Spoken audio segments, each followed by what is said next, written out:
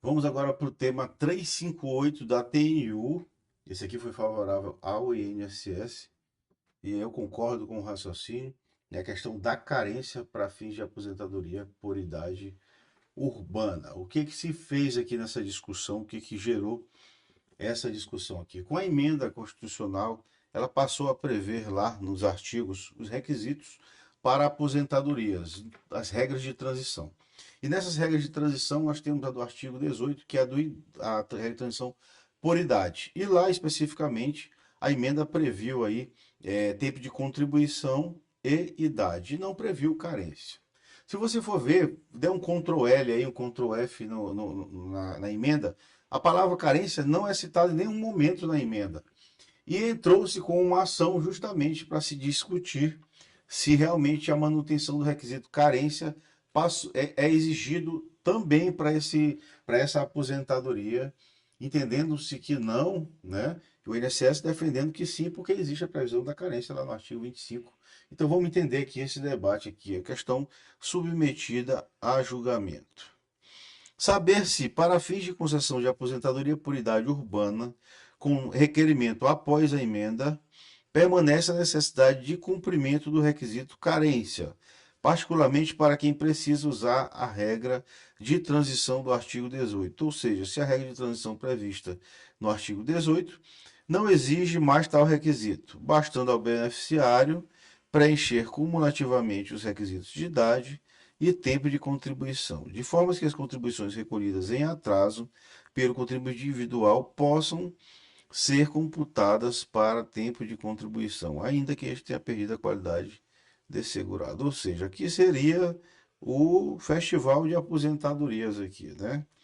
Um festival. Com esse raciocínio aqui, o cidadão pagaria aí retroativo, compraria uma aposentadoria facilmente aí, porque ele chegaria e calculava só o tempo que faltava, pagava o atrasado, não tinha carência, enfim, é o trem da alegria aqui. O raciocínio, inclusive, não precisava da qualidade de segurado com base na Lei 10.66, né? E a legislação diz o seguinte aqui: a emenda, o artigo 18, prevê isso. O segurado de que trata o inciso, o inciso 7º, o parágrafo 7º do artigo 201, filiado ao regime, até a emenda poderá se aposentar-se quando preencher os seguintes requisitos. E aqui ele mantém até as regras já antes da emenda, que é 60 anos homem, 65 mulher, essa ideia de mulher hoje já é 62 anos, tá?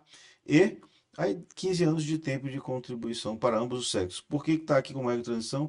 Porque o homem agora é 30 anos para as regras definitivas. E aqui é a previsão de aumento de 6 meses até chegar a 62 anos de mulher. Ou seja, pela emenda, tem uma regra de tempo de contribuição mais idade. E a lei já previa no artigo 25 as hipóteses em que se tem a carência. A concessão de prestações pecuniárias do regime geral de previdência social depende dos seguintes períodos de carência ressalvado no artigo 26, são os casos de isenção.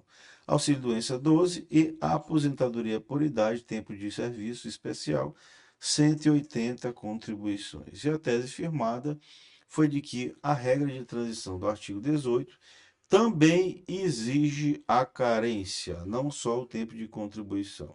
O fundamento foi a compatibilidade da exigência da lei, evidentemente que teve que se analisar a conformidade da lei com a Constituição nova, né, que é a Constituição alterada, e a exigência de carência não é inconstitucional, então ela está ali sendo válida também com uma nova exigência. A considerar também, né, que a emenda constitucional ela desconstitucionalizou muita coisa da Previdência. Ela passou a ter regras, como o artigo 26 lá, regras transitórias, para que, quando via a lei, fazer a alteração definitiva. E o outro motivo, o mais essencial, é evitar compra da aposentadoria com exigência única de tempo de contribuição e idade. Realmente, se você for ler aqui a tentativa de mudança, é uma abertura absurda aqui para a Previdência vir a quebrar. Recolhidas em atraso, sem precisar de carência pelo contribuinte, cidadão que está registrado lá como taxista, como qualquer outra coisa lá, ele paga atrasado, não precisa provar que está trabalhando na época do pedido e tá tudo bem e aposenta. E eu realmente sou totalmente contra esse tipo de conduta. Isso para mim viola a, a regra do risco da Previdência, ainda que seja benefício programado. E aí está a tese da TNU favorável à necessidade de carência. Um forte abraço e até a próxima.